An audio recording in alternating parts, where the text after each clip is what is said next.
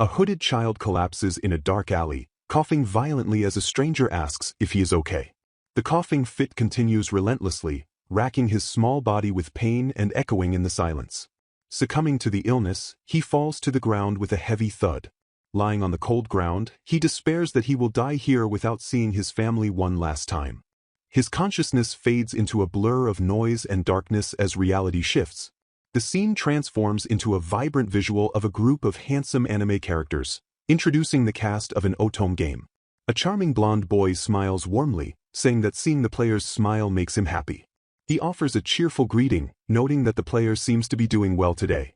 In the modern world, a sister scolds her brother for playing Otome games in the living room just to see the graphics on the big screen. The brother points out a character named Leonhardt, causing his sister to swoon over how he makes her heart flutter. He rates the character 4 stars, but his sister insists Leonhardt deserves 1 billion despite the brother finding him merely friendly.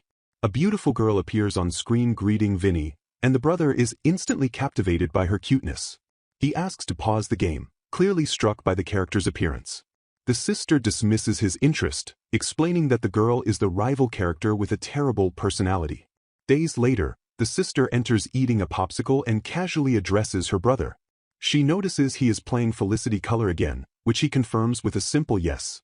He explains that he is trying to see if he can befriend the rival girl despite the game mechanics.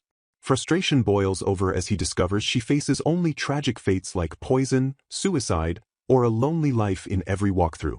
Tears stream down his face as he vows to make the cute villainess happy somehow, ignoring his sister's skepticism. Years later, at age 25, he calls his mother while enjoying a vacation trip abroad. The call turns into a nightmare when he learns his little sister has been missing for a month. Overcome with shock and anger, he screams at his mother for keeping this from him. He immediately books a flight back to Japan, but fate intervenes and he never makes it home. Terror strikes mid-flight as the plane's left engine suddenly bursts into flames. The damaged aircraft dives straight into a mountain, sealing his doom. In his final split second, he mentally apologizes to his parents for dying. The narrative shifts to the world of Titania, where a spotted fever pandemic is killing people because nobles hoard the cure. Slum residents are left with no options, forced to wait for death if they catch the disease. He wakes up realizing his life as a Japanese salaryman was a memory of the past. Now reincarnated, he is a young orphan living in the slums of the Wendell Kingdom. He feels weak and confused, realizing he has no name and does not even know his own age. Coughing racks his body as he looks around at other sick people, wondering where he is. A girl offers him a drink of medicine, promising it will lower his fever. His vision goes black as the exhaustion takes hold of him once more. A blonde girl reassures him that the medicine will work and tells him not to worry anymore. She gently pats his head, and he feels himself drifting off to sleep again. When he awakens, he realizes the spots in his mouth have completely disappeared. A doctor tells him he is in a temporary hospital established by Count Wreath's family. The boy is puzzled by a farming count, but the doctor explains the family runs a herb garden in the Central East District. To save the people, the Wreath family utilized their farm to mass-produce the specific herbs needed to cure the fever. They reveals that thanks to the Wreath family, everyone, including those without homes, can now access the medicinal herbs. A man explains that this charity is mainly because Count Wreath's daughter kindly visited the slums herself. He points out the young girl personally serving food to the people in the shelter. A man pokes his head into the tent and encourages the boy to get some food if he has an appetite. The girl hands the boy a cup, noting that he seems to be doing okay now. She observes that while he has gotten a lot better, his face is still quite pale. The girl looks at him with curiosity and asks for his name. He hesitates, admitting that he does not have parents or a name in this world. She decides to give him a name herself, declaring that she will call him Vincent. Vincent looks at her in surprise, processing the new identity he has just been given. An announcement calls out for everyone to gather around because the lady has an important message. Lona announces that since the pandemic is mitigated, they will expand the farms and herb gardens in the area. She explains to the crowd that this expansion means there will be a shortage of manpower. She asks the residents of the area to work for them to fill the labor gap. She promises working conditions equal to the Wreath family servants, including a bed and 3 meals a day. Lona earnestly asks everyone to please consider the offer.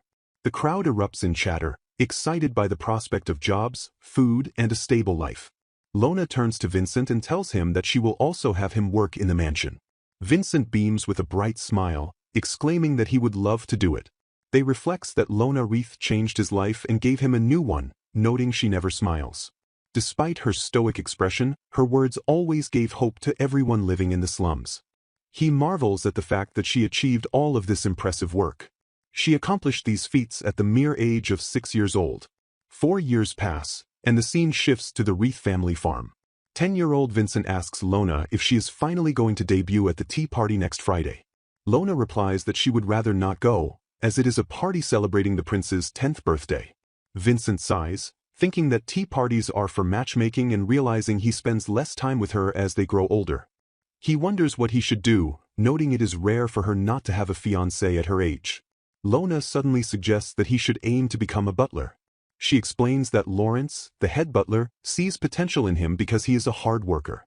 She encourages him to ask Sir Lawrence to take him as an apprentice, saying it would make things easier for her. Lona worries she won't be able to spend time with her horse, Julia, once she starts attending tea parties. Vincent thanks her for her hard work, surprised that she still plans to work in the fields. She clarifies that the apples in those fields will be ready for the next harvest. Lona states firmly that she won't be taking any more of everyone's jobs.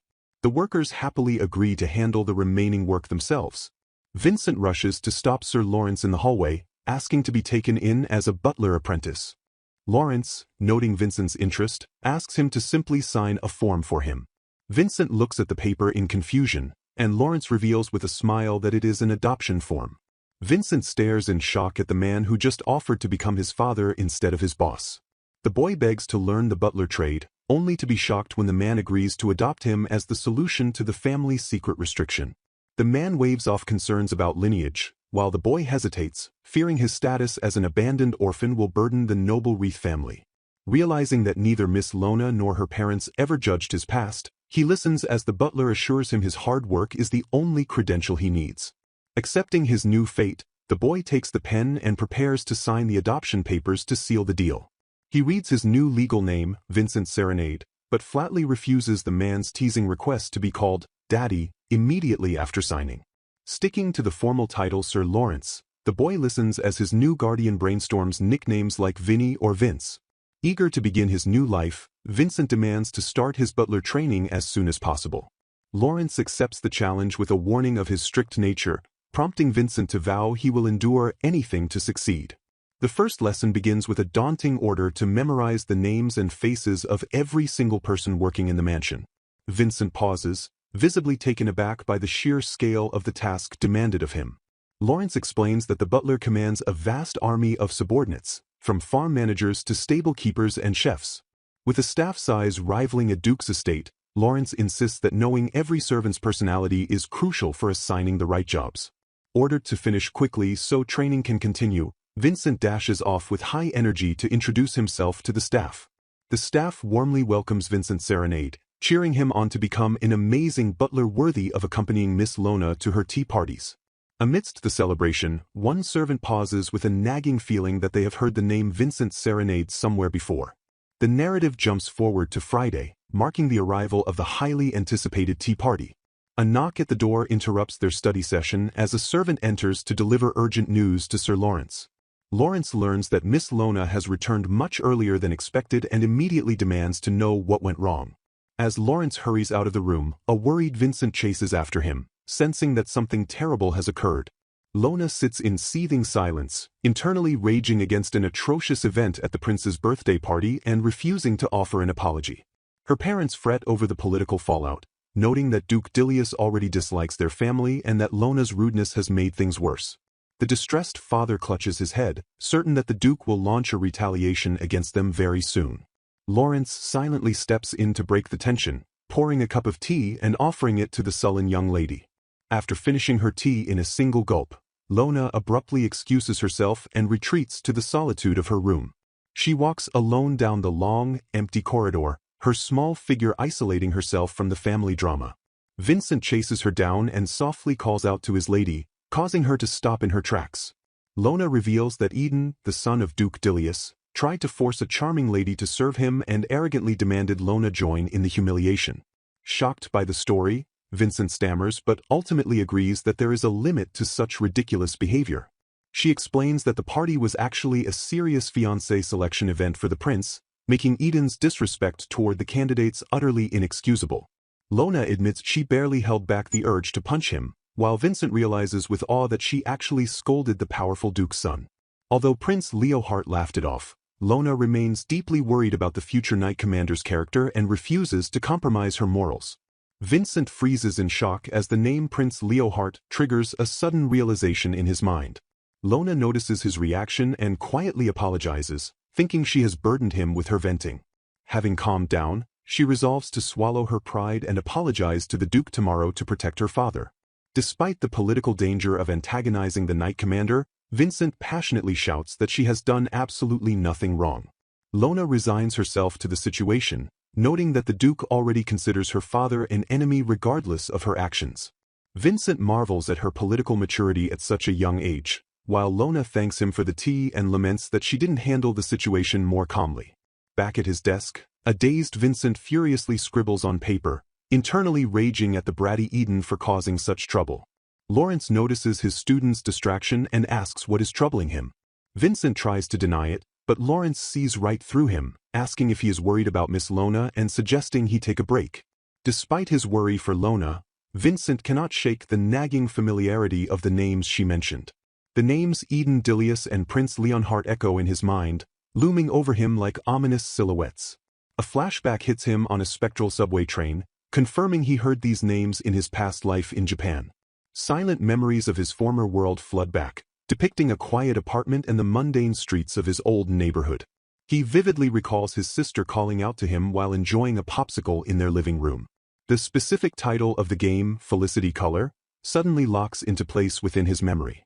Overcome by sickness, Vincent abruptly bows to Sir Lawrence and begs to be excused immediately. He dashes out of the room in a panic, leaving Lawrence confused by his sudden departure. Gasping for air against a tree, the fog lifts and he fully remembers his true identity. He lists his own name alongside Eden Dilius and Prince Leonhart, recognizing them all as specific characters. The realization crystallizes as he understands the common thread connecting everyone in this mansion. They are the capture targets from the Otome game he watched his sister play, Felicity Color. He identifies Lona Wreath not just as his lady, but as the rival villainess doomed to face only terrible endings. Vincent clutches his head in sheer disbelief as his world spins out of control. He screams in terror, finally accepting that he has reincarnated into the world of an Otome game.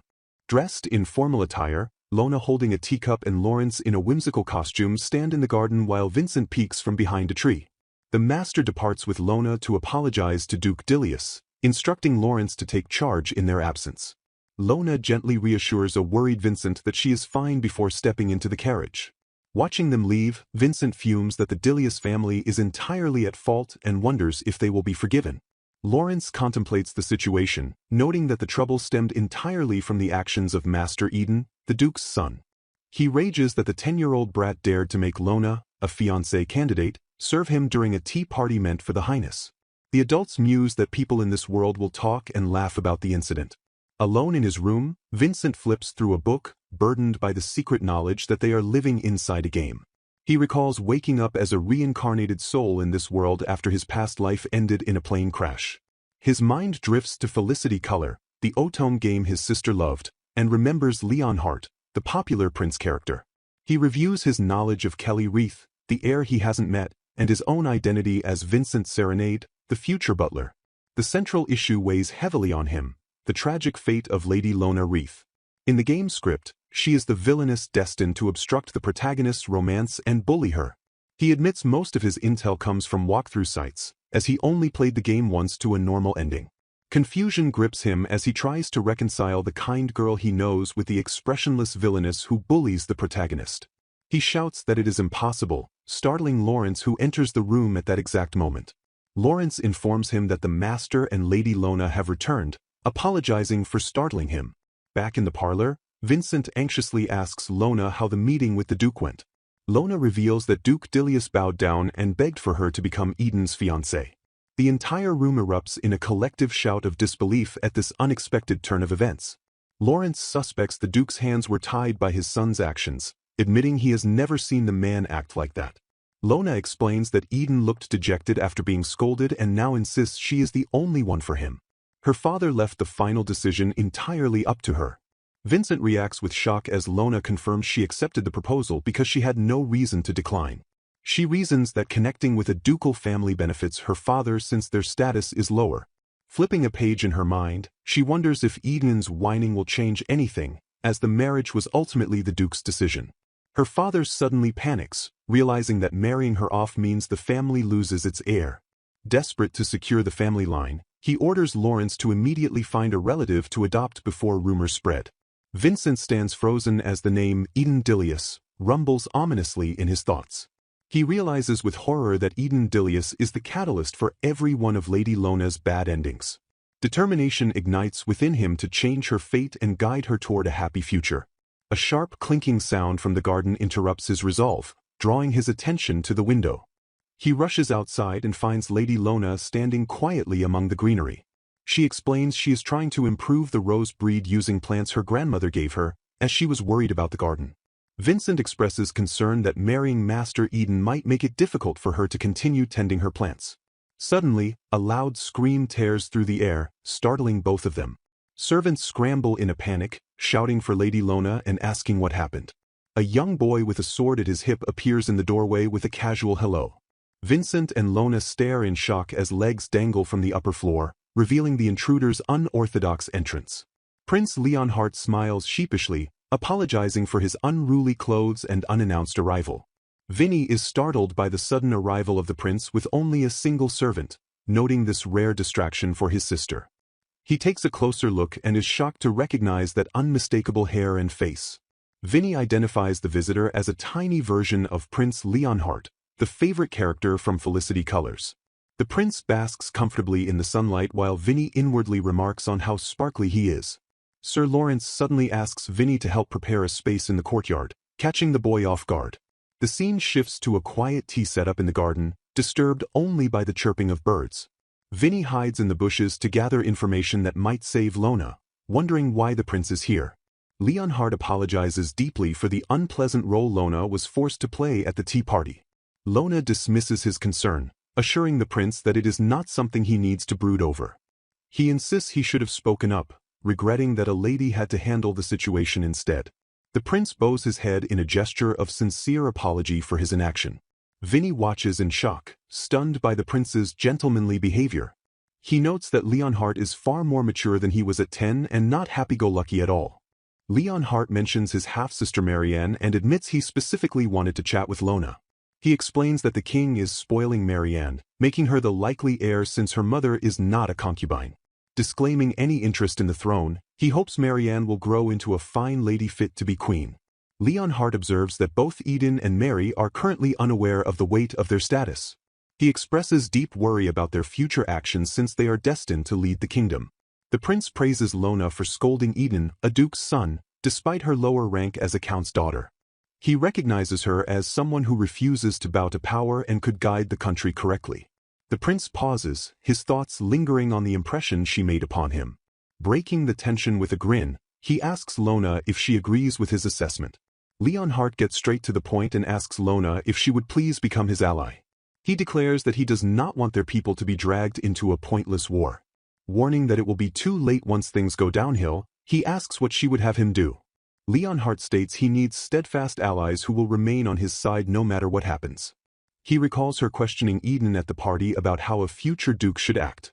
Realizing she cares for the country rather than power, he values her rare integrity. He wants people like her on his side, trusting that her values will not change as they grow. Leonhardt asks her to stop him if he strays, and Lona agrees, noting that people can change. When he laughs that she gives him too much credit, Lona quietly muses on the possibility. She formally agrees to his request, pledging to stand by His Highness's side. Leonhardt closes his eyes and offers a sincere thank you for her loyalty. Vinny is stunned that the prince is just as mature as Lona, shattering his previous image of him. He hopes their maturity will solve things but remembers Lona's bad ending involves an unhappy marriage to Eden. Vinny wonders if Lona could marry the prince instead but decides to prioritize stopping the marriage to Eden. The story jumps forward to half a year later at the Wreath estate. Lona's younger brother Kelly is introduced as the family heir, glaring at everyone with hostility. Vinny recalls that Kelly's route leads to Lona's suicide and vows to break her death flag. Young Vincent, Lona, and Kelly race through the sunlit fields, their laughter mingling with the barks of a playful dog as they chase a thrown stick. Kelly introduces himself as the heir of the Wreath family, bowing politely and expressing his desire to work together. To Vincent's shock, the boy suddenly turns away with a cold humph, instantly dropping the polite facade. Unaware of the tension, Lona introduces herself and courteously invites Kelly to follow her for a tour of the mansion.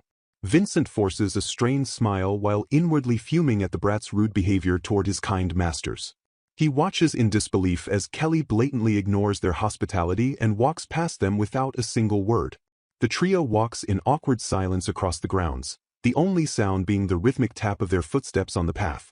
Vincent scrutinizes the boy's back, wondering if the heir to the Wreath family was always supposed to be this cold. A realization strikes him as he remembers the game's character settings and the concept of Gapmo. He recalls that in the game, Kelly was the youngest love interest, known for being the most gentlemanly and calm of them all. Reality crashes down as he compares the game lore to the angry child in front of him, questioning the gentleman label. Confused by the discrepancy, he wonders if the game has a bug or if this cold-hearted brat will truly become the Kelly he knows. Lona guides them away from the mansion, prompting a sharp question from Kelly about their destination as they head toward the stables. Vincent explains that the Wreath family saved the country from a pandemic 4 years ago by converting land into herb gardens. Kelly stops in his tracks, his eyes widening in visible shock at the mention of the spotted fever. He quietly admits that he also caught the disease, a somber confession that surprises Vincent. Vincent reveals that he too was a victim, saved only by the herbs grown in the Wreath family's gardens. With a warm smile, he expresses his undying gratitude to the family that saved him and allowed him to serve them.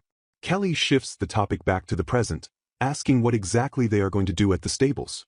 Lona informs him that he will be taking care of his own horse, noting that the animal will be sold if he refuses. A sudden bark interrupts them as a large dog bounds towards the group, startling the young heir. Lona introduces the dog as March and gives Kelly permission to pet him, watching the boy's hesitation fade. The dog affectionately licks Kelly's face, instantly melting his cold exterior as he fluffs its fur.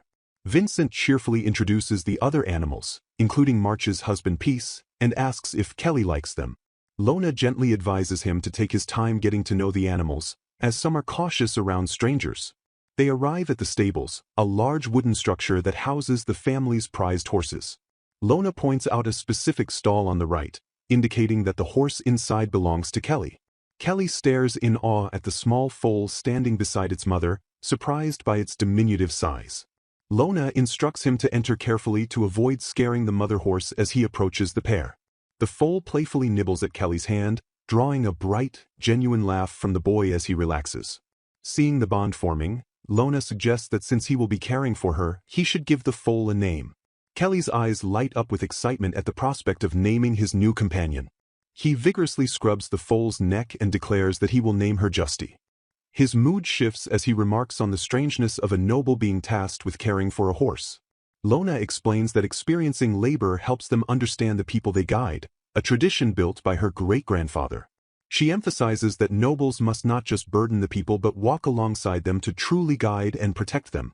She admits she wasn't sure if an adopted noble would understand these values, but she trusts that he does.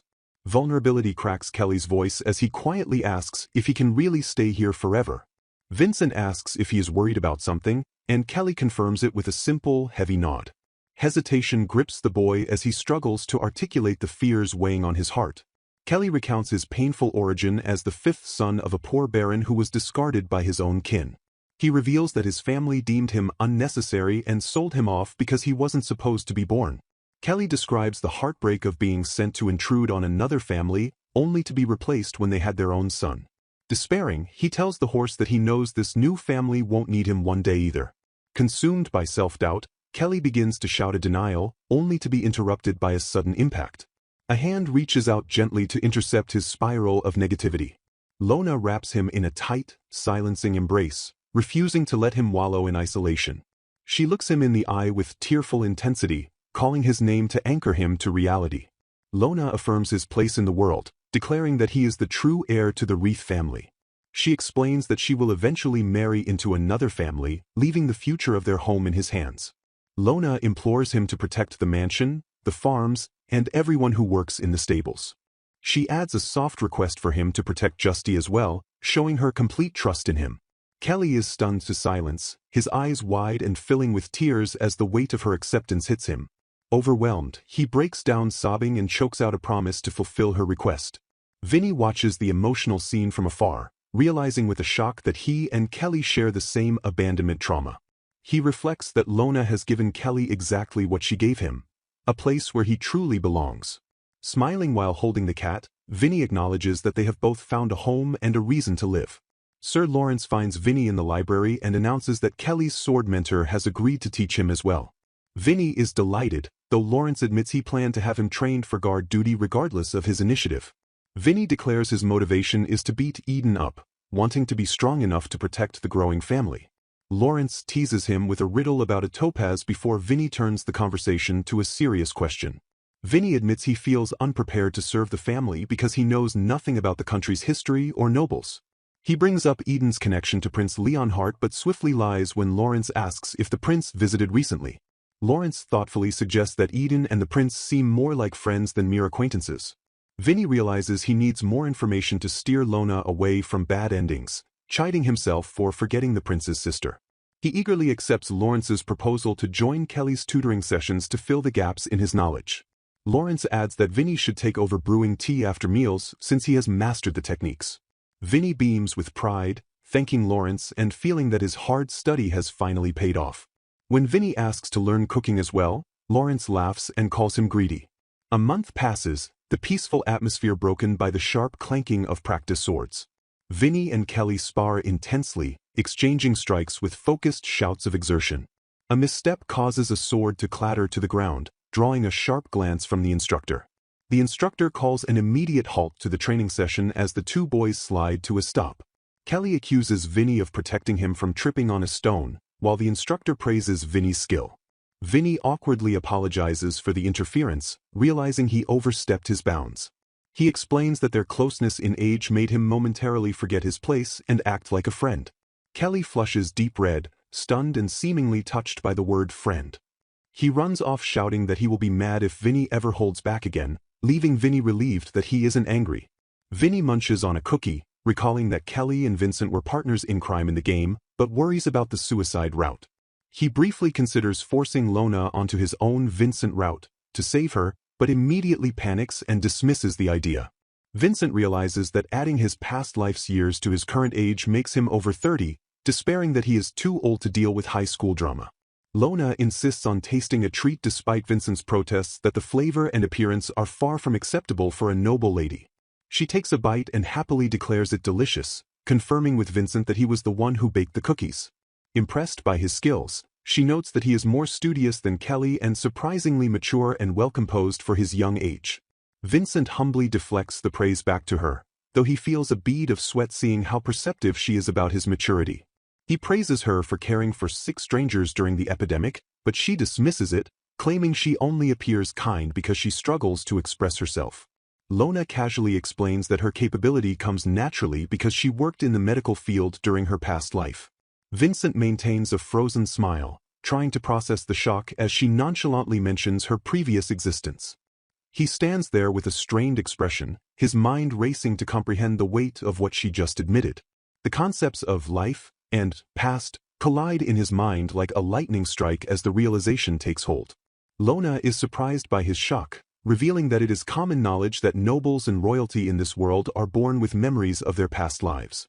Vincent internally panics, wondering if she is from the modern world, while she clarifies that most nobles do not remember as clearly as royalty.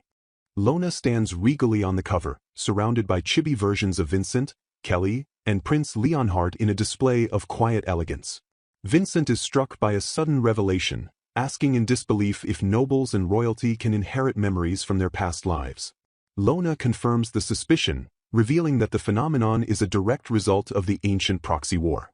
She explains that the world was originally created by the goddess Titania. The goddess left the world in the hands of her descendants, entrusting it to the goddesses and the martial gods. These powerful entities were collectively known as the heavenly gods.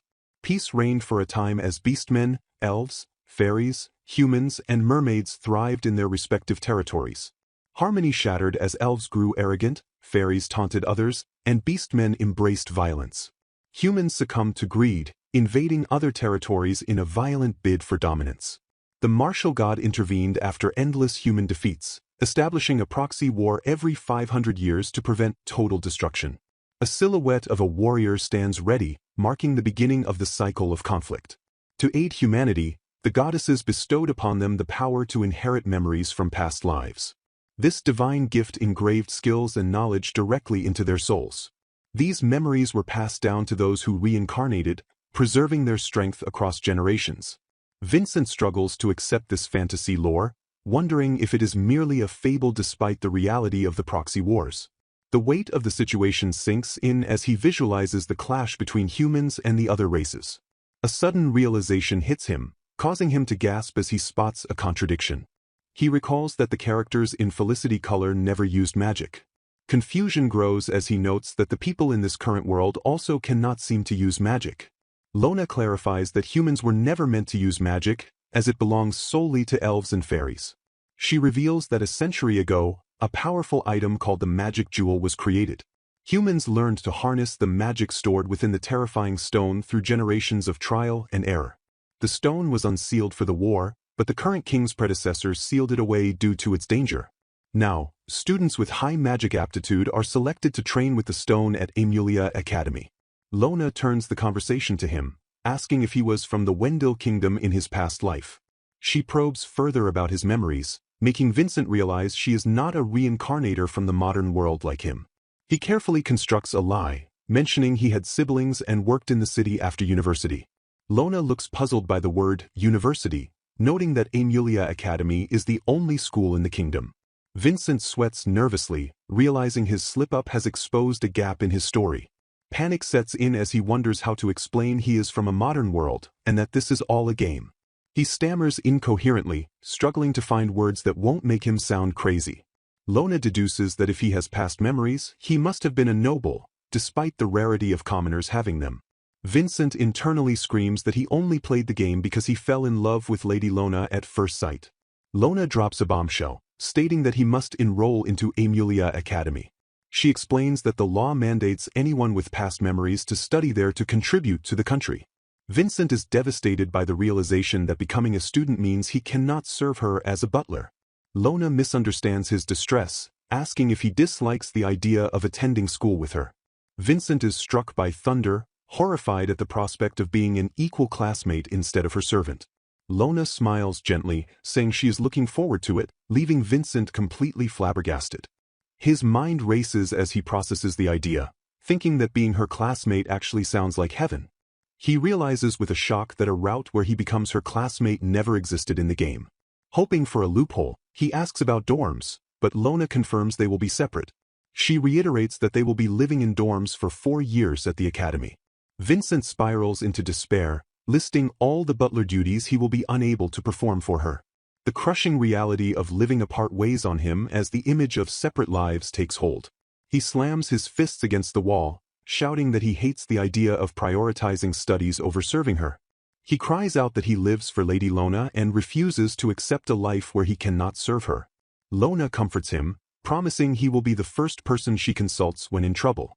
Vincent blushes at her words but internally persists that he does not want to be a mere classmate. Vincent smiles confidently in the kitchen, presenting a tray of rose-shaped pastries as he prepares for the day. The narrative explains that in the Wendell Kingdom, nobles are officially considered adults once they reach the age of 15. Most young nobles scramble to secure a marriage partner by the end of the year to solidify their social standing. While some marriages like Lona's are arranged, others seek potential matches through the social battlefield of tea parties. Young Master Kelly becomes a frequent fixture at these gatherings since he has yet to secure a fiancée. A wave of whispers sweeps through the room as guests discuss the rumor of a new magic aptitude test at Amulia Academy. Skepticism runs high as the ladies question if humans can truly use magic, a power usually reserved for elves and fairies.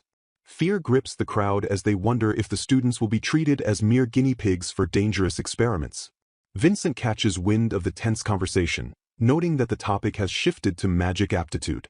Lona calmly sips her tea, confirming to him that the rumors about the test appear to be true.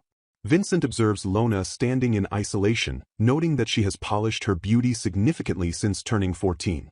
He shifts his gaze elsewhere, making a silent comparison between her solitude and the bustling room. A group of girls surrounds 13-year-old Kelly, asking him point-blank how he feels about the possibility of being experimented on. Kelly responds with maturity beyond his years, stating that a statesman's duty is to bring peace and ease to the people. He declares with a charming grin that he would fight with all his might for the king if called to the proxy war. The crowd is left in awe, murmuring their admiration for his noble and selfless declaration. Vincent internally scoffs at Kelly's childish nature while impressed by his ability to maintain such a perfect innocent facade. Scanning the room, Vincent reasons that there must be plenty of boys interested in his lady. He realizes that Eden's status as the Knight Commander's son acts as a barrier, scaring off any potential suitors. Anxiety gnaws at him as he fears Lona will be branded a villainess and isolated at the academy, triggering her doom flags. Chaos erupts when a clumsy maid spills food on a guest, prompting the lady to shriek about her spotted dress. In a blur of motion, Vincent swoops in and cleans up the mess before anyone can fully process the accident. The young maid stammers an offer to clean, but Vincent coolly informs her that he has already taken care of it. The furious guest turns her wrath on the maid, screaming at her for the mishap. Vincent notices the maid is terrified and appears to be around his age as she frantically apologizes. The lady rages that she fired the girl yesterday and demands to know who allowed her to work.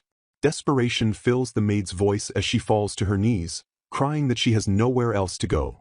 The heartless noblewoman dismisses her plea, coldly ordering her to take her belongings and leave immediately. Tears stream down the maid's face as she turns to Lona, begging for salvation. The angry woman glares daggers, her patience completely exhausted. She raises a hand to strike, yelling at the girl not to touch her with her filthy hands. Lona intervenes instantly, grabbing the woman's arm midair to stop the blow. With a gaze as cold as ice, Lona reminds the woman that there are guests watching. The woman gasps in shock, frozen by Lona's unexpected interference and commanding presence. Vincent watches in dazed admiration, internally cheering for his lady's coolness. Lona apologizes to the room, claiming her servant Vincent acted out of line by stepping in. Vincent plays along perfectly, bowing deep and apologizing for interfering on his own whim. The flustered woman tries to laugh it off, nervously insisting that it is no trouble at all. Lona seizes the opportunity, asking if she can take the clumsy maid as a replacement for a retired servant. She coolly remarks that her mansion's cleanliness is lacking, effectively saving the girl while maintaining her noble dignity. Lona politely thanks their hosts, but is confused when Kelly announces that he will be taking his leave alongside them. Kelly flashes a grin and insists on departing, prompting Lona to quickly agree to his sudden request. Lona expresses her gratitude to the hosts for having them and politely asks to be invited again in the future. Vinny tells the group to take their time while he steps away to call for a carriage immediately. Inside, a new maid nervously introduces herself as Marcia when prompted for her name. Stammering a reply, Marcia is instructed to go retrieve her belongings right away. Outside in the cold air, Lona checks on the others, though Vinny claims he enjoys the chill. Vinny wonders how far Marcia went to get her stuff as they wait by the carriage. A sudden loud clang interrupts his thoughts, prompting Vinny to go take a look at the source of the noise. He finds Marcia scrambling to pick up items that fell from her bag and asks if she is okay. Marcia asks him to wait for her, and as they walk back, Vinny picks up on her country accent. She urges him to hurry because his lady and young master are waiting, while Vinny observes her running. Vinny notes she is a clumsy girl with braids but finds her quite pretty when he looks closely. He admires her rare blonde hair and dark blue eyes, admitting to himself that he has a soft spot for such characters. Vinny invites the hesitant Marcia into the carriage, asking if it is really okay for her to join them. Marcia thanks him shyly as he wraps a scarf around her, noting she will catch a cold in her thin outfit. Kelly introduces himself with a grin, and Lona follows suit, formally introducing herself to their new companion. Marcia is overwhelmed by Lona's goddess-like presence and tearfully thanks them for hiring someone like her.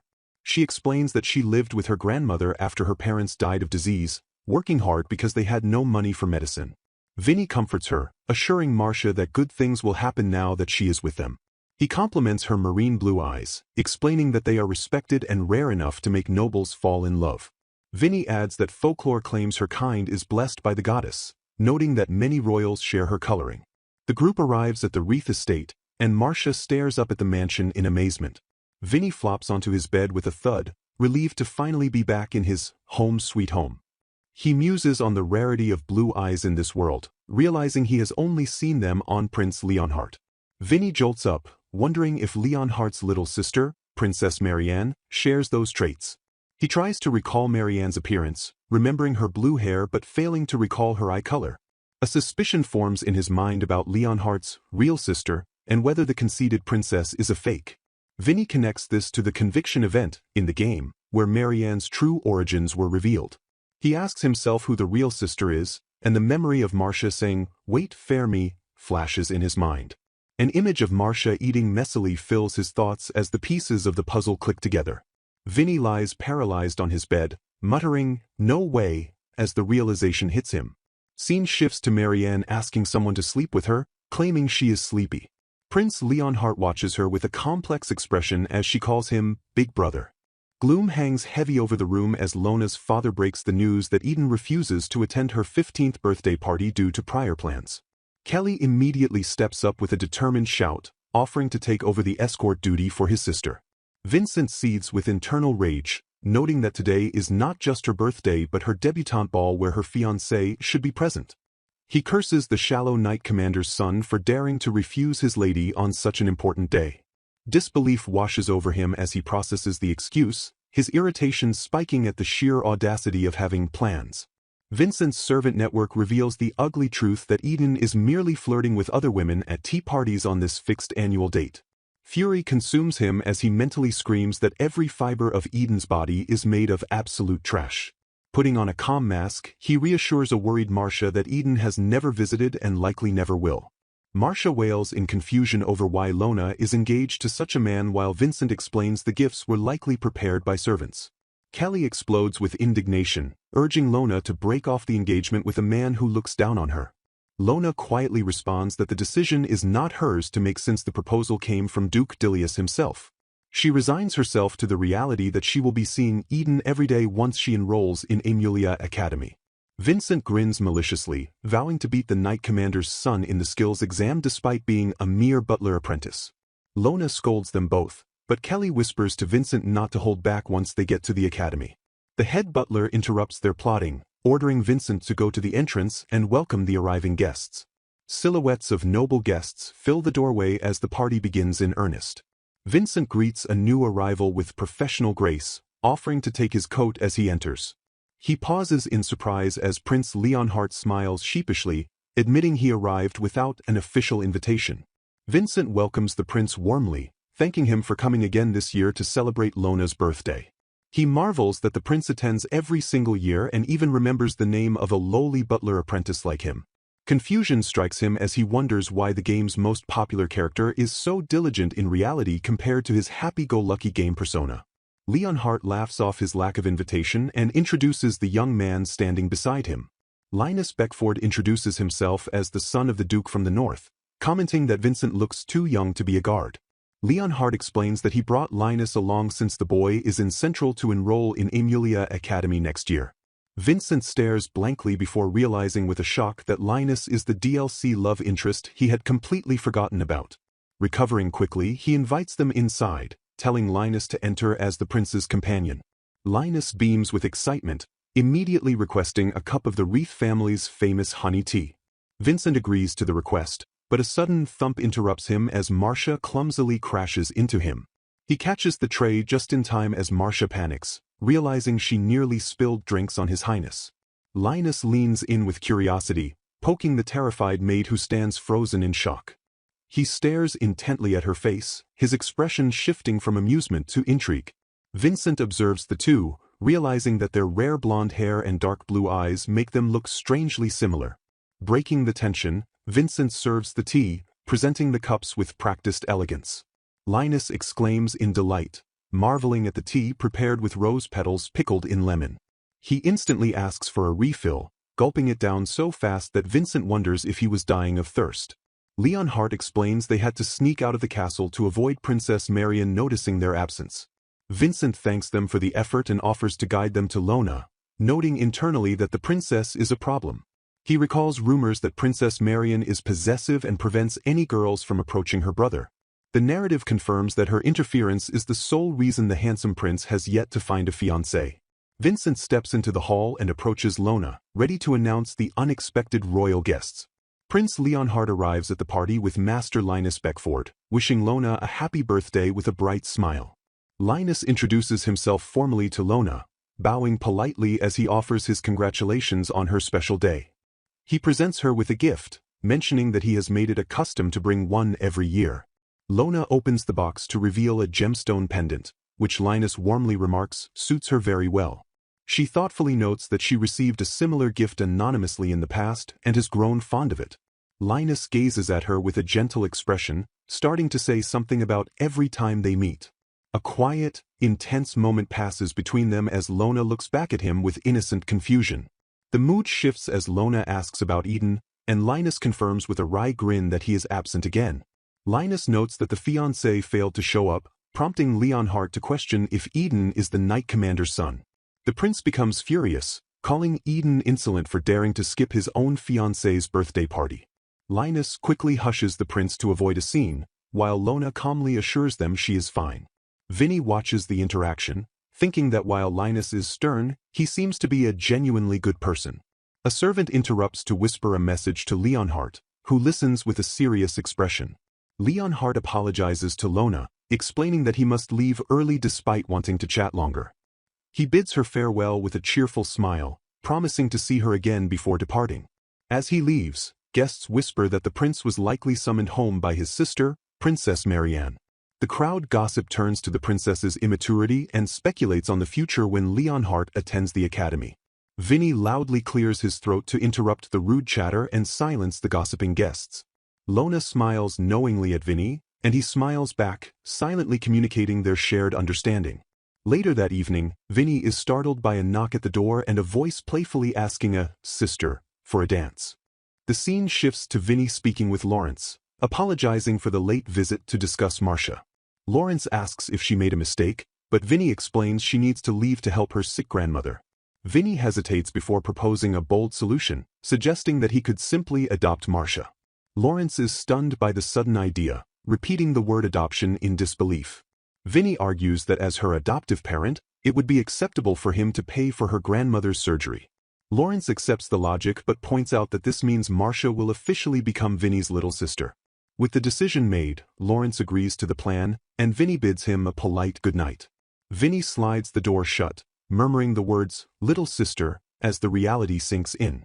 A sudden realization hits him that Marcia was the protagonist's rival in the Vincent Serenade route. Vinny sits alone in the dark, vowing to save his lady as the pieces of the tragic game plot finally come together. A stunning illustration captures Lady Lona and the key characters, setting a vibrant tone for the chapter. Princess Marianne sparkles with excitement as she announces there is cake, eagerly calling out to her big brother. The tea party is interrupted when Marianne abruptly asks if she can leave to prepare for the academy. Leonhard is taken aback by her sudden request, but she fiercely counters his shock with undeniable logic. She bluntly reminds him that without her presence, he would have been exiled from the castle long ago. Forced to concede, Leonhard smiles wearily while Marianne huffs, demanding he listen if he understands. He inwardly questions if her sharp attitude comes from the romance novels she has been obsessed with lately. Silence reigns as Marianne pours tea, the clack of the cup echoing in the garden. Leonhard watches in dismay as sugar pours endlessly into his cup, piling up like a snowdrift. She scolds him for his sweet tooth, oblivious to the fact that she is the one drowning his tea in sugar. He laughs it off as perfect, though Marianne insists he usually puts in too little. Staring at the cup, Leonhard's smile fades as a dark memory of his mother's painful death surfaces. The toxic white powder that killed her flashes in his mind, overlaying the image of the sugar. A grim resemblance between the poison and the sweetener leaves him momentarily paralyzed with melancholy. Marianne breaks his trance by shouting that she has rejected all her suitors and asks if he has chosen a fiancé. Leonhard deflects with a smile, noting that people only ever praise her appearance and nothing else.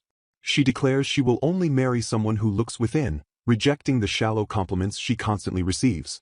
Leonhard presses her on her duty as heir, reminding her that she must eventually pass down the royal blood. She whispers a shocking wish to change the law so she can marry him, revealing her forbidden affection. Leonhardt sighs, resigned to the fact that her selfishness will likely persist even at the academy. A dark bar signifies the passage of time as the narrative shifts forward by 5 months.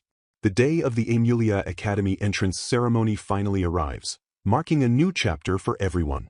Vincent clutches his chest, mourning the fact that his student status will limit his time serving Lona. He agonizes over the cringe of wearing a high school uniform when he is mentally 40 years old. However, he finds solace in the convenience of living in the dorms rather than commuting for hours. His thoughts drift to school supplies, fantasizing about the joy of borrowing an eraser from Lona. He continues to daydream about asking her for pencil lead, finding happiness in the smallest interactions. The background swirls with dizzying lines as Vincent gets lost in his obsessive delusions. He snaps back to reality, reminding himself that the game walkthroughs might not be entirely accurate. Mentally listing the love interests, he counts himself, Kelly, the detested Eden, and Prince Leonhardt. He recalls that Stephen, the Chancellor's son, is a hidden character who appears in the same year. Alone in his new dorm room, Vincent sits on his bed and wonders how his lady is faring without him. Lona smiles in the girls' dorm, reassured by Marcia that the strict rules will keep boys away. She lists the nobles she must greet, sparking a blaze of protective fury in Vincent's imagination. In his mind, Vincent violently pummels Eden, swearing to punish the scumbag for mistreating Lona. Deciding to gather intel, Vincent steps out into the hallway to explore the boys' dormitory. He freezes upon hearing a girl's voice pleading for someone to stop and return an item. A teasing refusal drifts from a nearby room, followed by a frustrated sound of protest. Peeking inside, Vincent sees a student being teased for reading romance novels and looking like a girl. Recognition strikes like lightning as he realizes the feminine boy is none other than Stephen Lizzetta. Vinny observes that Stephen looks and sounds exactly like a girl, recalling a game walkthrough that described his route as, basically Yuri. He notes with confusion that fan pairings involving Stephen were incredibly popular among female fans, though he never understood the appeal. Vinny spots a romance novel titled A Maiden Drowning in Love Can Kill 100 Dragons and decides to use it for flirting techniques. He snatches the book from Marcia with a mischievous grin, ignoring her protests as he dashes off to read it. His escape is cut short when he bumps into a student who violently grabs the book, ignoring Marcia's plea to wait. The aggressive student turns around, revealing a face that Vinny instantly recognizes from his game knowledge. Vinny confirms the boy is Eden Dilius, but his greeting is met with a vicious punch and a shout to piss off. The force of the blow sends Vinny stumbling backward, his heels clicking sharply against the floor as he regains balance. Eden wastes no time and launches another ferocious strike, catching Vinny off guard with a brutal impact. A flurry of blows follows as Eden pummels him, the sound of violence echoing in the hallway. Vinny straightens up with a terrifying smile, declaring that he has always wanted to meet Master Eden Dilius. He taunts Eden for neglecting Lona's birthday parties, introducing himself as Vincent Serenade, the Wreath family's butler apprentice. Vinny dusts himself off and decides to end the interaction there, stating he was only instructed to greet him if they met. Dropping the polite facade, he smiles darkly and admits he would love nothing more than to beat Eden's face in right now. Vinny turns his back on the fuming noble, casually walking away while Eden stands frozen in anger. He throws a final taunt over his shoulder, promising to beat Eden to a pulp during the upcoming skill test. Stephen intervenes to drag Eden away, boldly challenging him to break off his engagement with Lona once he wins. Vinny returns the book to a confused Marcia, lying that he recognized it because his sister was reading it. Marcia's eyes light up with excitement as she asks if his sister was really reading the 100 Dragons love story. She gushes about how amazing it would be if Vinny and Lona became lovers like in the book, causing Vinny to flush and deny it. A sudden rumble of thunder interrupts them, and Vinny dashes off to find Lona, recalling that he already introduced himself to Eden. Vinny speaks with Stephen and pieces together the connection, asking if he is acquainted with Eden. Stephen confirms that he, Eden, and Prince Leonhardt are all childhood friends, explaining their close bond.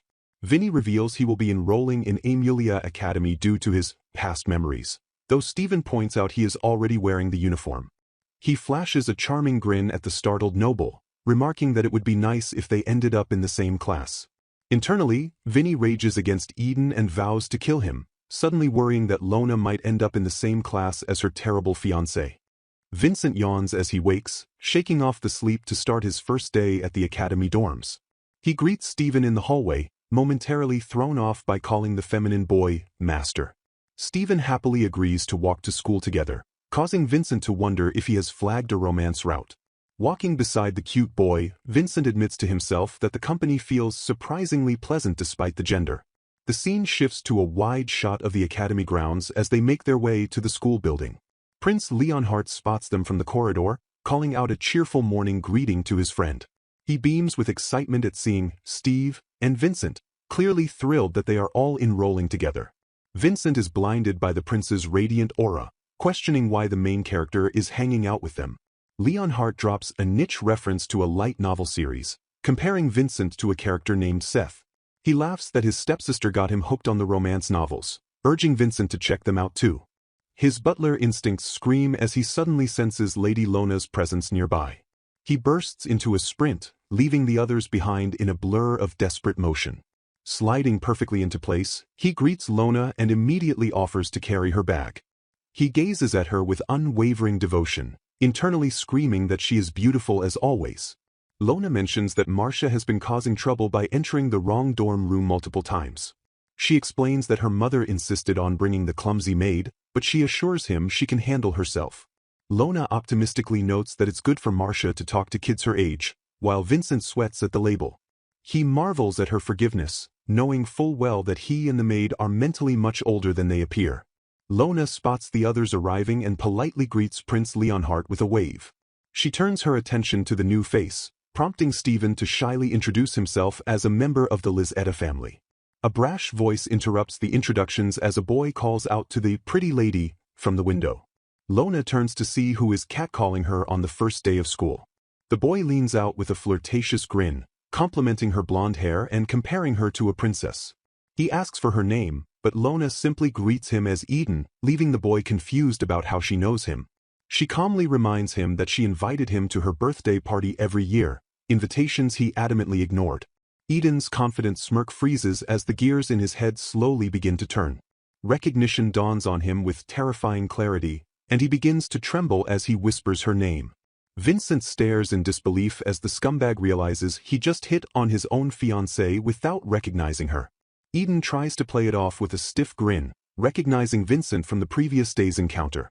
He asks if they are stupid, deflecting his own massive blunder with pure audacity. Vincent walks with the group, mentally tallying that they have now met all four main love interests. Panic sets in as he realizes the sheer number of characters, including DLC and foreign cast members. The overwhelming task of managing all these routes to save Lona from doom begins to weigh on him. He recalls that Lona commits suicide in both the Kelly and Eden routes, making them absolute danger zones. Determination hardens as he decides to steer her away from those two and potentially towards another character. He settles on aiming for the normal end, where she remains single, noting that they are all in the same class. Vincent asks Lona if she would like to have lunch together since their schedule is free in the afternoon. He apologizes profusely for not making a bento today due to lack of time, expecting her disappointment. To his surprise, he pivots to a cooking report, revealing he has been training in the culinary arts for 5 years. He promises to make lunch for Steven tomorrow too, earning high praise from Lona, who compares his skills to a professional chef. Prince Leonhardt cheerfully pops his head into the room, startling the group by asking for some food as well. He claims to eat anything except sweets, while Linus admits a dislike for pickles, leading to a discussion on preferences. Vinny recalls that the prince liked their honey tea and questions how that fits with his dislike of sweet things. Leonhardt clarifies that he is fine with natural sweetness but has a specific distaste for processed sugar. Vinny happily accepts the challenge, mentally preparing to cook a special sugar-free meal for the prince. Noticing Linus staring intently, Vinny politely breaks the tension and invites him to join them for lunch. Vinny updates his internal graph of importance, deciding to cook for Linus despite ranking him just above Peanuts. Linus dramatically grabs Vinny's hands, thanking him with intense gratitude and calling him a nice guy. Vinny offers to bring more honey tea tomorrow, but Linus awkwardly declines, seemingly hiding his true feelings. Linus refuses to let go of Vinny's hands, continuing to praise him while Vinny struggles to pull away. Leonhardt bursts into laughter and exposes Linus, revealing that he actually found the commoner honey tea delicious. Steven nervously asks for quiet while Eden sits in silence, radiating a terrifyingly hostile aura. Eden sneers that honey tea is a commoner's drink, questioning how royalty could lower themselves to enjoy it. Leonhardt calmly defends the Wreath family's honey as high quality, ignoring the status-based insult. Eden continues his verbal assault, mocking the Wreaths for sullying themselves with dirt and livestock. Vinny boils with rage at the insult, but Eden presses on about the sour taste of treating such families as equals. Before Vinny can lash out, Lona suddenly reaches out and firmly grabs his hand to stop him. Vinny freezes in shock, his anger instantly replaced by the realization that his lady is holding his hand. He internally screams in sheer delight, overwhelmed by the unexpected physical contact from Lona. Leonhardt laughs off the tension with a my, finding Eden's outburst more amusing than insulting. The group shudders, noting that the prince is surprisingly scary when he smiles while angry. Leonhardt apologizes to Lona on behalf of his rude friend, though she graciously dismisses the offense. Vinny mentally swears to beat Eden to a pulp one day but suggests they head to lunch before time runs out. Linus stands ready with his sword drawn while Vincent looks on with determination, setting the stage for the intense skill assessments. Vincent sighs heavily, lamenting that the boy's curriculum of swordsmanship and archery separates him from his ladies' sewing classes. He questions why girls are excluded from combat, to which Prince Leonhardt casually confirms that the female students simply have no fighting exams. Leonhardt shifts the mood by revealing that these test results heavily influence entry into the prestigious student council. He explains that the top 5 scorers get a fast track to their careers, though Eden dismisses the opportunity with a disinterested scoff. The prince immediately goads him, warning Eden not to let the newcomer Linus steal his future seat as Knight Commander. Vincent watches the blatant manipulation with a sweat drop while cheering for Linus to crush the scumbag Eden. His internal cheering halts abruptly when he realizes his own first match is against the terrifyingly powerful Prince Leonhardt. Dread washes over him as he mentally whines about having to fight the strongest character in the game right off the bat. Leonhardt laughs and assures him he only intends to kill the scum Eden, promising not to get serious against his friend. The referee announces the start of the first battle between Vincent and Leonhardt. To everyone's shock, the prince immediately raises his hand and forfeits the match the second it begins. He flashes a refreshing smile, claiming he hates fighting and finds it too annoying to deal with. Vincent stands victorious by default, though the win feels hollow given the prince's lack of effort. He admits to Stephen that he feels lucky, knowing full well that a serious fight would have been a disaster. In his mind, Vincent reviews the game's stats, noting that Leonhardt possesses the highest physical parameters of any love interest. He recalls that the game's battle system basically revolves around Leonhardt carrying the team with his overwhelming strength. Curious about his friend's performance, he asks Stephen about his match, only to learn the boy lost in the first round. Vincent remembers that Stephen deals 0 damage with weapons because his true utility lies in powerful support magic. He realizes the meta strategy involves using Stephen to buff Leonhardt, making them an inseparable duo in the game. Their conversation is cut short as the crowd's attention shifts to the field for the next bout. The announcer declares the start of the highly anticipated match between Eden and Linus. Linus notices Eden's injury and politely asks if he should hold back to make it fair. Eden snaps back aggressively, calling him an airhead and telling him to mind his own business. Linus accepts the challenge, declaring he won't let Eden steal the Knight Commander position without a fight. With a confident smile, he retorts that he prefers to be given the title rather than having to steal it. Eden sneers at the innocent taunt and skids into a combat stance, ready to crush his rival. Steel clashes against steel as the two combatants collide with ferocious force. Sparks fly as they exchange rapid blows, neither giving an inch in the opening exchange. Vincent watches the high-level duel with intense focus, analyzing the movements of the key characters. Eden grits his teeth as he parries a heavy strike, feeling the weight of Linus's attack. They break apart and immediately swing again, their blades creating a deadly dance of clinking metal. Linus narrows his eyes, his grip tightening on his hilt as he prepares a decisive move. Eden's eyes widen slightly as he reads the shift in his opponent's momentum. A massive swing tears through the air as Linus launches a powerful offensive strike. They disengage and reset, circling each other before dashing back into the fray.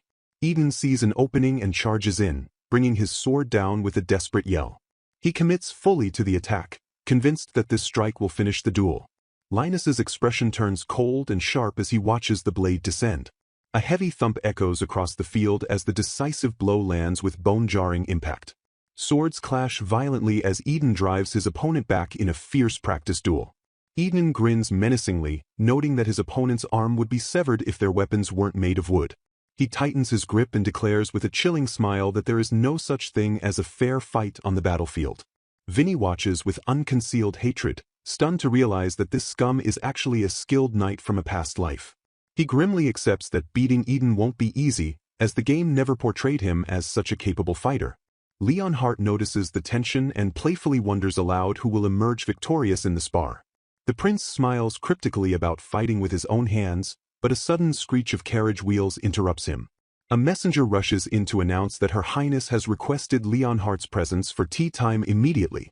The servant explains that the king made a special exception for this tea party, catching the prince off guard. He apologizes profusely for the intrusion, admitting they tried their best to persuade the royals to wait. Leonhardt's expression drops into visible disappointment as he mutters a dejected complaint about the timing.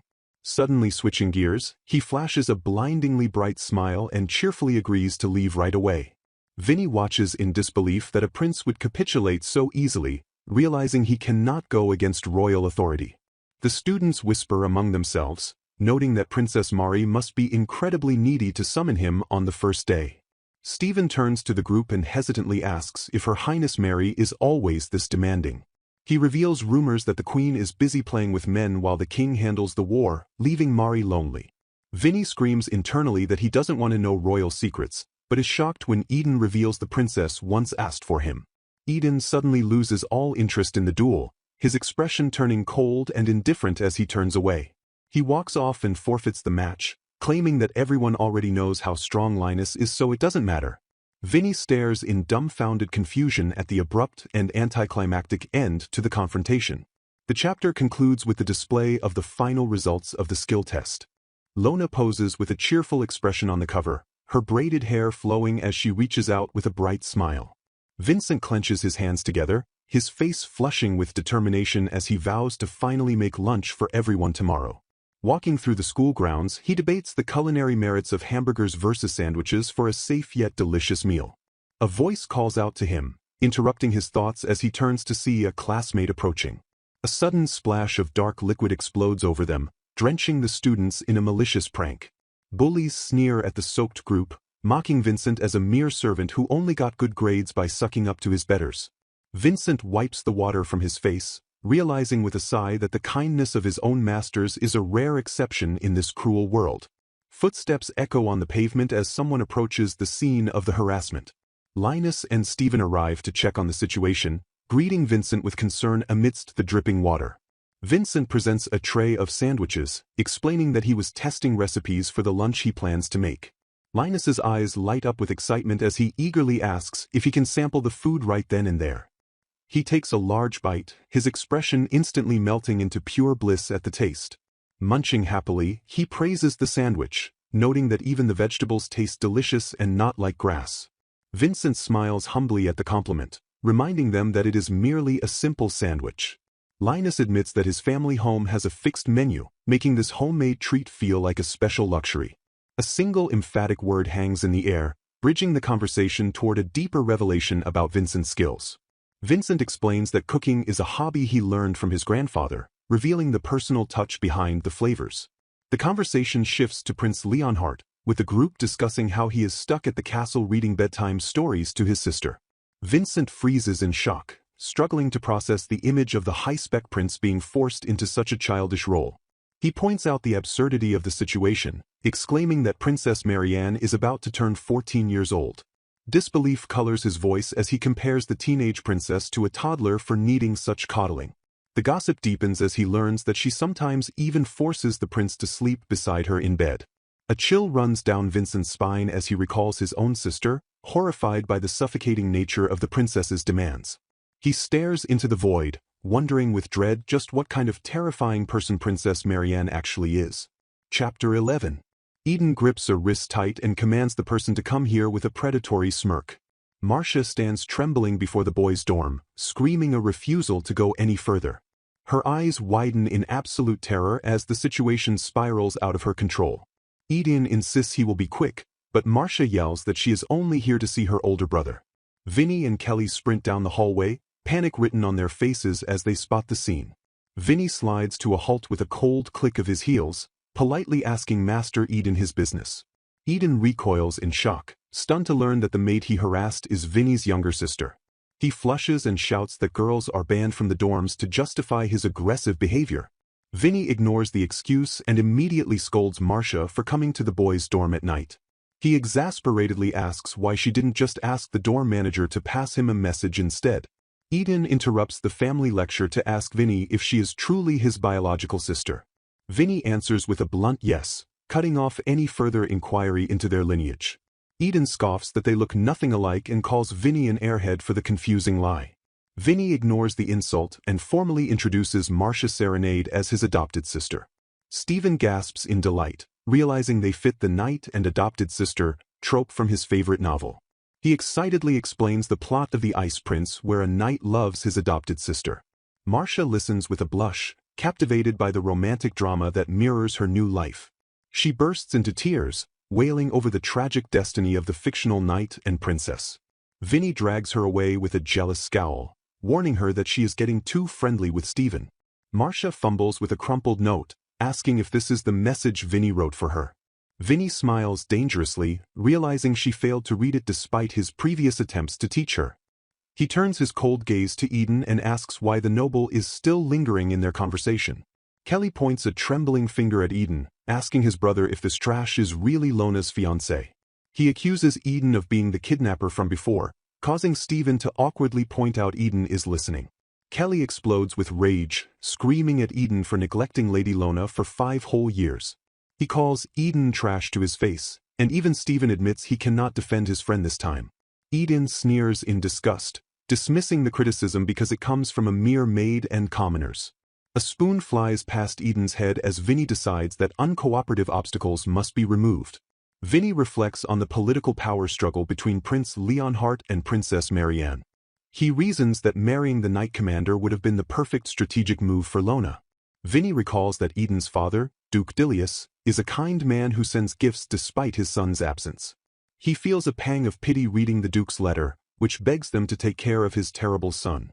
Vinny slams the table and declares that Eden makes everyone miserable and must be eliminated. Kelly cheers in violent agreement, ready to help his brother get rid of the toxic fiancé. They freeze as they realize their murder plot sounds exactly like a scene from the romance novel. Leonhardt plays the cello with elegant focus, the music filling the silence of the room. He sits alone at his desk writing under the moonlight, the imposing castle looming in the background. A wistful expression crosses his face as he wonders if everyone is having fun living in the dorms. His solitude is interrupted by a rhythmic knocking on the heavy wooden doors. A maid enters with a bow to inform him that Princess Marianne has called for him once again. He smiles wearily and agrees to go, apologizing for making the servants come to get him. Walking through the grand halls, he laments that reading bedtime stories is becoming a tough routine. The maid knocks on the princess's door as Marianne complains about the delay and the choice of book. The door opens to reveal a beaming Marianne standing amidst a chaotic pile of toys and clothes. She excitedly shows off her new nightgown, asking her brother if he thinks it is cute. Leonhardt teases her by suggesting a scary story about a princess with the blood-red hood. He gently reminds her that she is almost 14 and needs to learn to sleep by herself. Marianne excitedly declares that she has come up with a great idea to solve their problem. She suggests he simply commute from the castle daily so they can spend mornings and evenings together. Leonhardt realizes with horror that her plan requires him to wake up 30 minutes earlier every day. Marianne gets angry at his hesitation, casually suggesting he just start school later. He stares at her in stunned silence, unable to comprehend the sheer selfishness of her logic. She praises herself as a genius for figuring out a way for her to eat breakfast at her usual time. Fury rises in her cheeks as she demands to know why he isn't instantly agreeing with her perfect plan. He tries to explain that her plan causes trouble for others, but she covers her ears in annoyance. She explodes, screaming that he should just quit the academy because she hates him mingling with nobles. In a blind rage, she throws an object at him while screaming that he is just a boring commoner's child. She stomps her feet and shrieks that he must obey her every command without question. Leonhardt sighs heavily, wondering where she learned such cruel words as he rubs his neck. He calmly holds up a book to distract her, advising the future queen not to make such scary faces. Resigned to his duty, he tells her to lie down and close her eyes so he can read to her. The maids thank him quietly as Marianne falls asleep quickly, exhausted from her own tantrum. He notices the untouched sweets on the table and offers them to the grateful servants. He instructs them to tell Marianne he ate them if she asks, wishing to avoid any waste. With a charming wink, he asks the blushing maids to keep this secret from the other girls. He bids them good night and steps out of the room, insisting he can return to his quarters alone. Walking through the dark, empty corridors, the silence returns to wrap around him. He reflects on the striking blonde hair and blue eyes that mark the royal bloodline. Gazing out at the castle towers, he whispers a quiet wish that he had never been born a prince. A beautiful girl sits elegantly on a plush sofa, her intricate bonnet and dress suggesting high status and innocence. Vincent and the others worry as Prince Leonhardt arrives late and pale, though he laughs off their concern with a strained smile. Vincent guesses the cause immediately, betting that Princess Marianne is behind the prince's exhaustion. Leonhardt confirms the suspicion, revealing he will be unable to attend the first period from now on. He explains with a forced smile that he must leave school by 2:30 every day to accompany Mari for breakfast. Lona is visibly confused by the timing, asking if he means tea time instead of breakfast. The group realizes with shock that the schedule change means he will only be present for a single afternoon class. Leonhardt dismisses the issue, claiming his past memories make lessons unnecessary, but Vincent and Eden look horrified at the burden.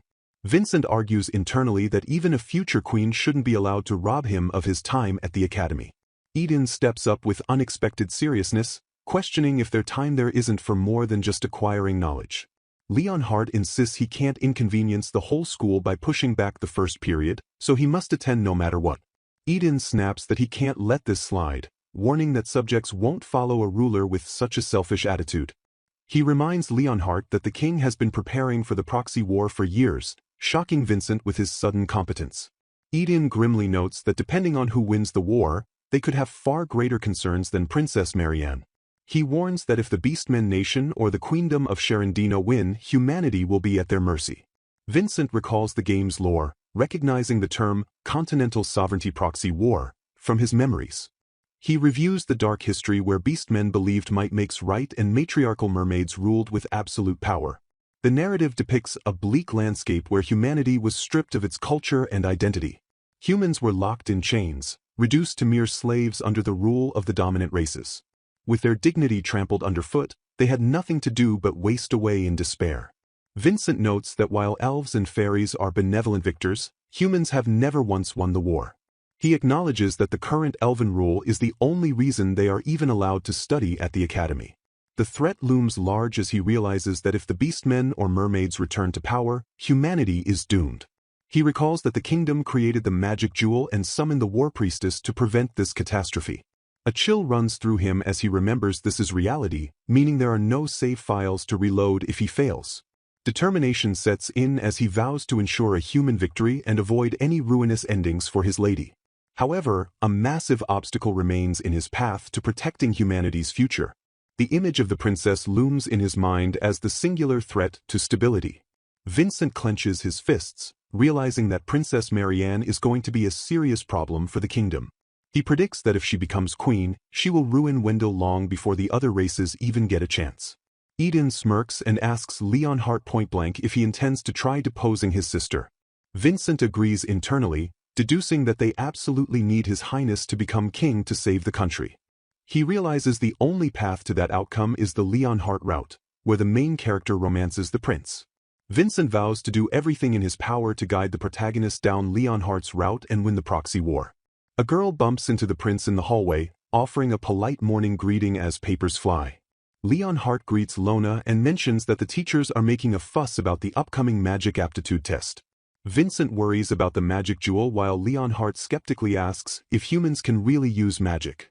Eden reveals the rumor that the highest scorer will represent them in the war, but Leonhardt laughs that the position is already his.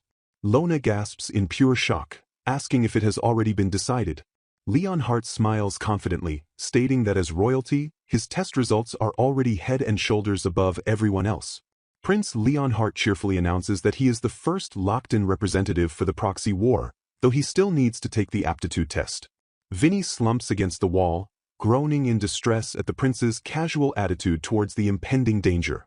He questions the morality of royalty being the first to put their lives on the line for such a deadly conflict. Realization dawns on Vinny that the royal family views Leonhardt as expendable, meaning everyone's lives are truly at stake. Vinny recalls rumors of a student breaking a magic orb and wonders if the prince's extreme magic was the cause. He assures himself that his own high magic won't cause issues, though his worry for the prince lingers. A professor with a monocle introduces himself as Caxton, calling Vinny by name to begin the test. Vinny freezes, instantly recognizing the surname from his knowledge of the game. Internal panic sets in as he identifies Professor Ikael Caxton as the perverted secret love interest from the original story. Caxton reveals he chose his own surname and hints that he, like Vinny, possesses memories of a past life. Ignoring the meta-commentary, Caxton instructs Vinny to hold the measurement orb upright to test his aptitude. A blinding light erupts from the artifact, shocking both student and teacher with its intensity.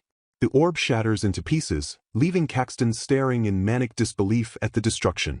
Caxton bursts into hysterical laughter, screaming that yet another orb has broken under the strain.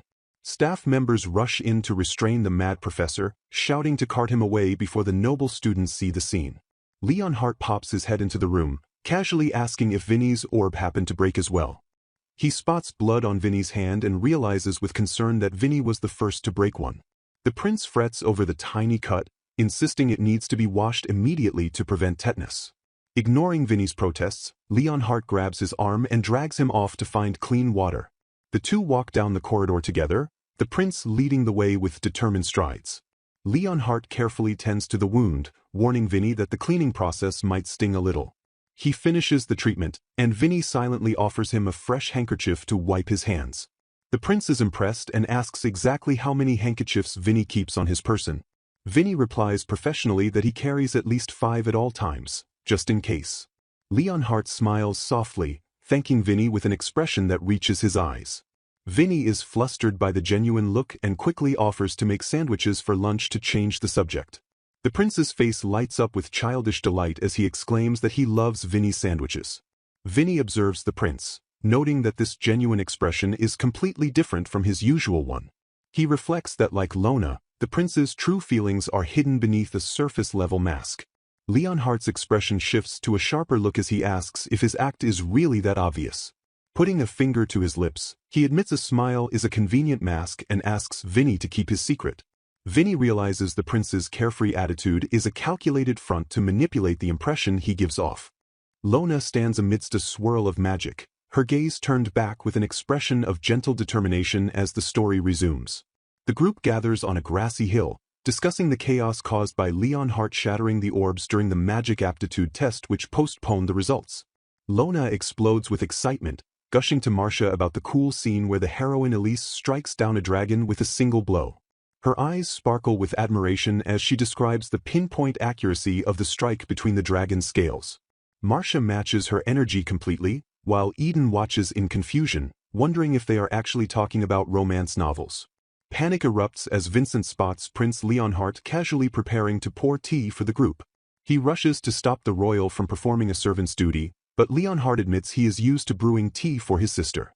Leonhardt flashes a dazzling smile, insisting that everyone drink the tea he has already gone to the trouble of preparing. Eden glares from the side, grumbling that he never invited the prince to their lunch gathering. Vincent realizes with a pang of pity that the popular prince likely forced his way in because he felt left out.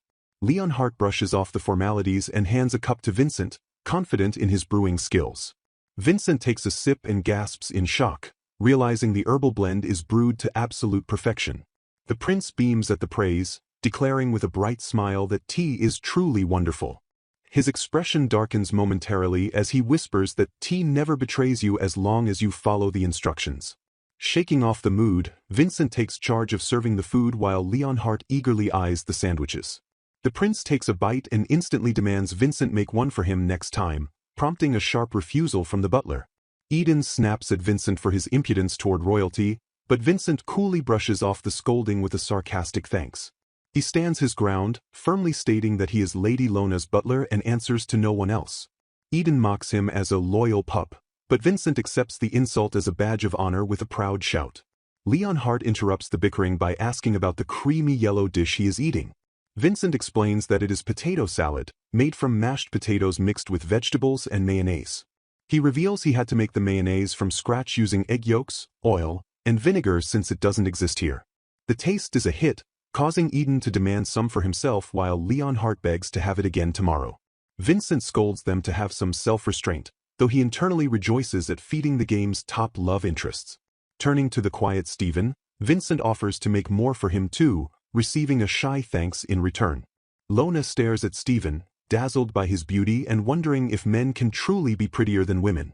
Marcia pipes up with a request for rolled omelets, sparking Lona's curiosity about the unknown dish. Vincent describes the foreign cooking method of beating eggs with dashi broth and rolling them up.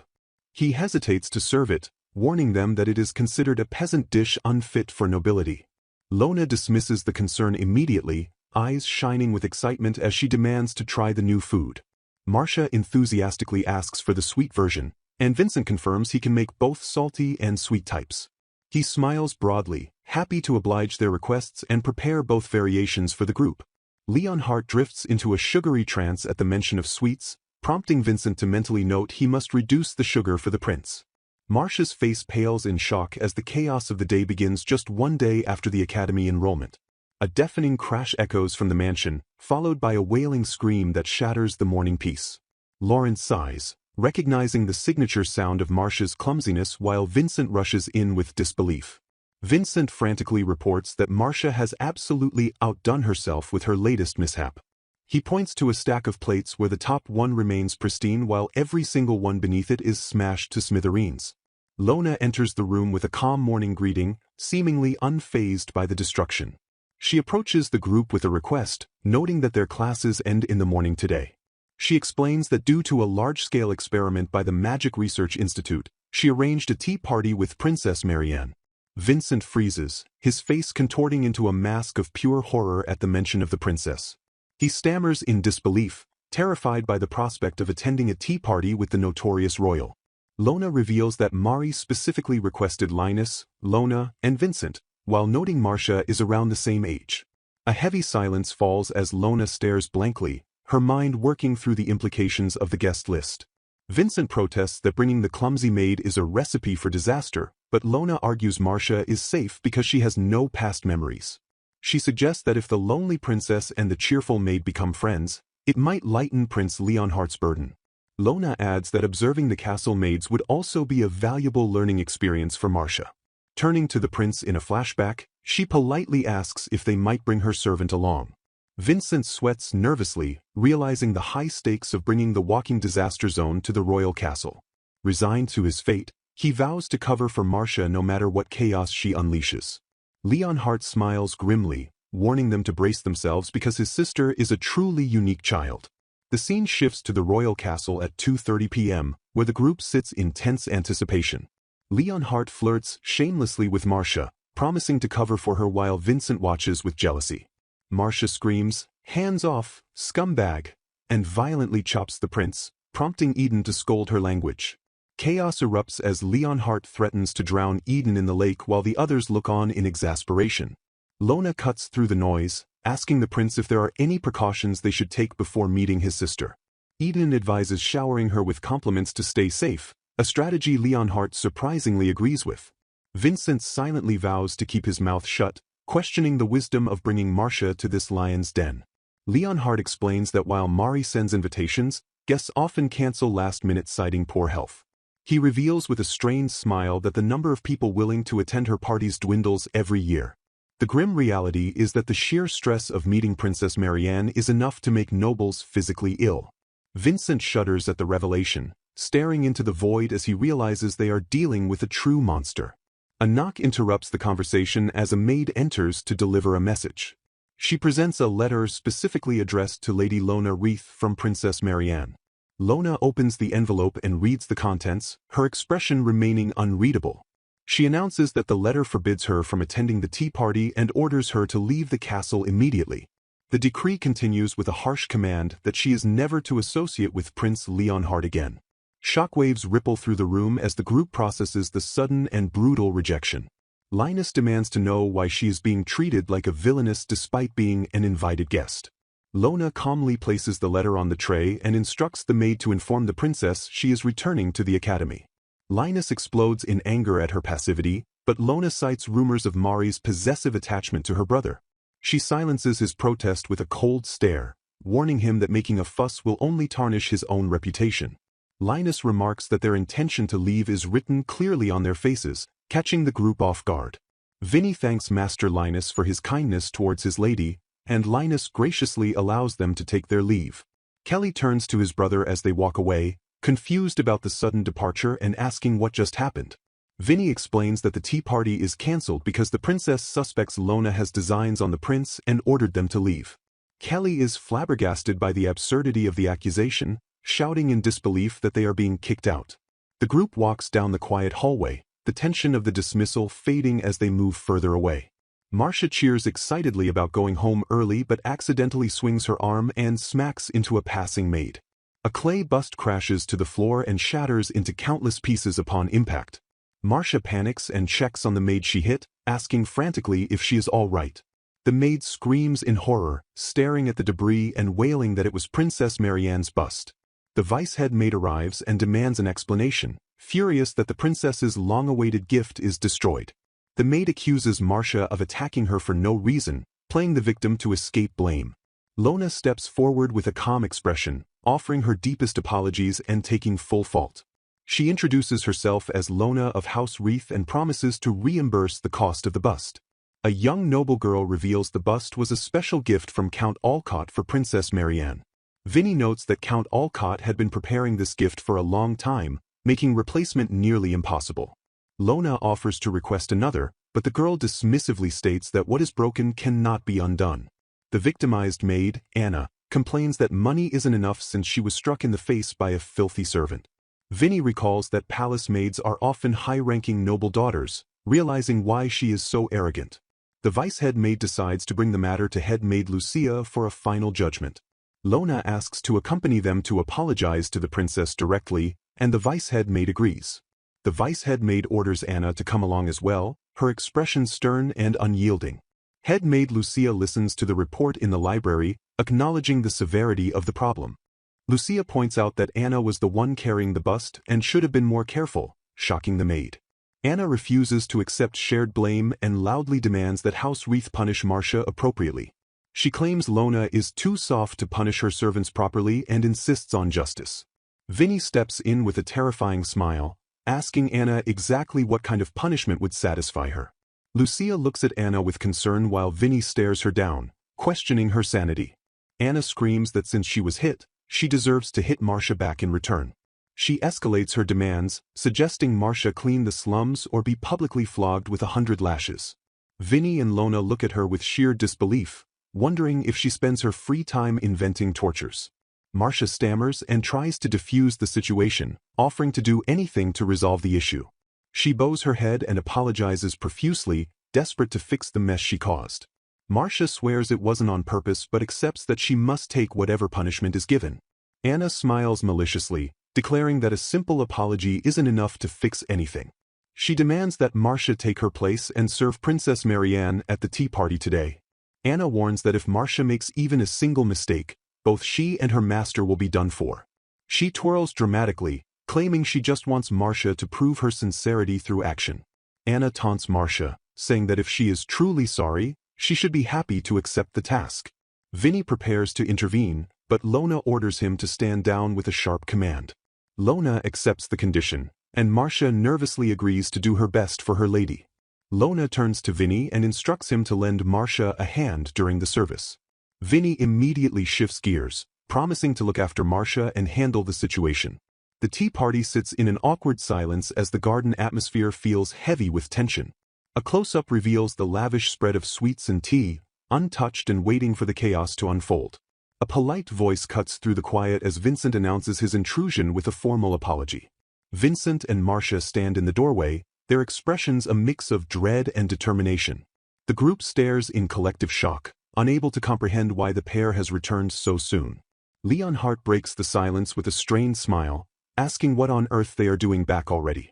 Eden speculates with a scowl that the princess must have screwed up somehow to send them back. Marcia nervously asks the head maid what to do, recalling the order to obey the princess's every command. Mari exclaims that her snow petal statue should arrive today, oblivious to the grim reality. Vincent freezes as he realizes she is talking about the statue that is currently in pieces. Eden explains that snow petal stone is fragile and changes color in the sun, making it a poor choice for a statue. Mari gushes about how the stone hardens like glimmering gemstones when soaked in fruit juice. Eden suggests it would be better to crush it into powder rather than keep it as a statue. Mari excitedly lists the accessories she can make, completely missing the point that the statue is gone. She thanks the boys, suddenly realizing that her precious statue is destined to be mere dust. Mari defends her choice, claiming Count Olcott advised her to make the bust out of the precious stone. Vincent suspiciously wonders why this mysterious count would recommend such a brittle material for a courtyard statue. Mari suddenly points a finger at Marcia, demanding to know who the unfamiliar maid is. Marcia reacts with annoyance, wondering what is up with the freaky book titles Mari is referencing. She mentions a romance novel where a statue is constructed entirely out of scarlet ruby. Mari gasps in pure wonder, asking with wide eyes if such a feat is even possible. Vincent panics internally, screaming that a ruby statue is financially and physically impossible in reality. Thinking fast, Vincent interjects that the gemstones she speaks of are actually edible gems like fruit. He explains that decorating a cake with candied fruit creates a dazzling effect just like jewels. He describes layers of gelatin filled with southern fruits, painting a delicious picture to distract her. He suggests a towering 3-layer cake or fruit juice hardened with agar to create edible brooches. Mari is completely captivated, visualizing a gorgeous cake fit for her grand birthday celebration. Vincent adds that the Wreath family cultivates adzuki beans which can be made into a versatile paste. He offers to prepare these sophisticated desserts, watching as Mari drools over the description. He promises to have taste tests ready by tomorrow if she can wait just a little longer. Mari slams her hands down, demanding to have every single item he mentioned by tomorrow. Vincent smirks internally, noting that to catch a monster, one only needs the right bait. He offers to prepare a special fruit punch for her right now to seal the deal. Mari considers the offer, intrigued by the idea of an array of fruits soaked in sugar water. She snaps impatiently, ordering him to go and make it right away without delay. Vincent signals Marcia to leave, urging the princess to have just a bit more patience. Mari suddenly declares that Vincent is competent and cute, demanding he work for her immediately. She decrees with absolute authority that he will be staying at the palace from now on. Vincent panics as she orders another cake and a meaty dinner, realizing he has no say in the matter. He laments his fate but resolves to endure it, knowing his sole purpose is to save his lady from bad endings. Vinny freezes in horror as the princess lists her demands, thinking that this situation sounds like absolute hell. Prince Leonhardt steps in to interrupt, firmly telling his sister that she cannot do that. Princess Marianne glares at him with petulant confusion, asking if he didn't hear her commands. She smugly recites the academy law stating that nobody is allowed to obstruct a student's studies until graduation. Marianne adds that the law also requires anyone serving royalty to possess dignity, ability, and pedigree. She points a finger at Vinny and triumphantly declares that he is from the slums, forcing him to agree. The princess complains that he is a nag who never lets her sleep in and forces her to eat hated food. She rants that he throws the covers off her and yells if she oversleeps, horrifying Vinny with her description. Marianne fires him on the spot and orders him to go fetch fruit punch, dismissing him for his background. Vinny walks away with a sigh of massive relief, glad that he narrowly escaped that nightmare job. He mentally thanks Sir Leonhardt and Eden for getting him enrolled, realizing their plan saved him. The next day, students gossip about the princess's reaction to Vinny's background, noting she is nothing like Lona. A student asks Vinny if the rumors are true that he was baking test cakes at the palace yesterday. Vinny confirms it with a tired look, explaining that he couldn't greet anyone because he was so busy. Another student asks how the situation with Count Olcott went regarding the broken bust. Lona explains that the Count was gracious, saying the broken pieces save him the trouble of crushing it for jewelry. She mentions that she and her father came to an understanding and that he sent a message for Vinny. Vinny realizes with a shock that the Count anticipated the need for adzuki beans and is already expanding the fields. Shifting gears to lunch, Vinny announces honey cinnamon banana toast, to the delight of the students. Leon hard-eyes the dessert spread and asks if any of the cakes were made without sugar. Vinny reveals that the banana cake, cherry pie, and peach pie were all sweetened with honey instead of sugar. Lona chooses a colorful fruit cake while Leonhardt asks to have some too, exposing his love for sweets. Vinny points out the chocolate cake is too sweet but directs attention to a less sugary green option. Eden snatches a black cake, correctly guessing it is powdered tea leaves mixed with cream and not sweet. Vinny confirms the green cake is sugar-free matcha tiramisu, impressed by Eden's sharp instinct. Lona stares at the cakes with terrifying intensity, declaring she is making her decision with deadly seriousness. Vinny sweats nervously, noting that for the first time, she is actually giving off a villainous aura. She makes her move and selects the sponge cake decorated with marshmallows and a macaron. Vinny beams and praises her choice, calling it perfect and very cute for his lady. Leonhardt takes a bite and hums in delight, prompting Vinny to ask about his sweet tooth. The prince flashes a bright smile and admits that he actually loves cakes and sweets. Lona stares at him in surprise, seemingly taken aback by his unexpected boyish charm. Vinny notes that Leonhardt's popularity is well-earned, seeing that even Lona looked away in embarrassment. Lona worries if it is really acceptable for them to be enjoying such a feast of cakes. Leonhardt assures her it is fine, praising Vinny for using the law to save him from his sister's service. He asks Vinny to keep making lunches, admitting they would be in trouble if Marianne wasn't so lazy with her studies. Leonhardt throws his hands up in a cheer, thanking Vinny a ton for his help. Lona watches them with a soft expression, her cheeks dusted with a light blush. She quietly calls out Vinny's name to get his attention amidst the celebration. Lona smiles gently and thanks him, admitting that enrolling in Amelia has been unexpectedly fun. Vinny panics and shouts for her to stop, refusing to accept her gratitude just yet. He declares that he wants her to save her thanks for when he has made her truly happy in every sense. Vinny vows that once he has achieved that goal, he will readily accept whatever thanks she has. Lona looks confused by his intensity but accepts his terms with a puzzled nod. She smiles softly and asks him to please do so, entrusting her happiness to him.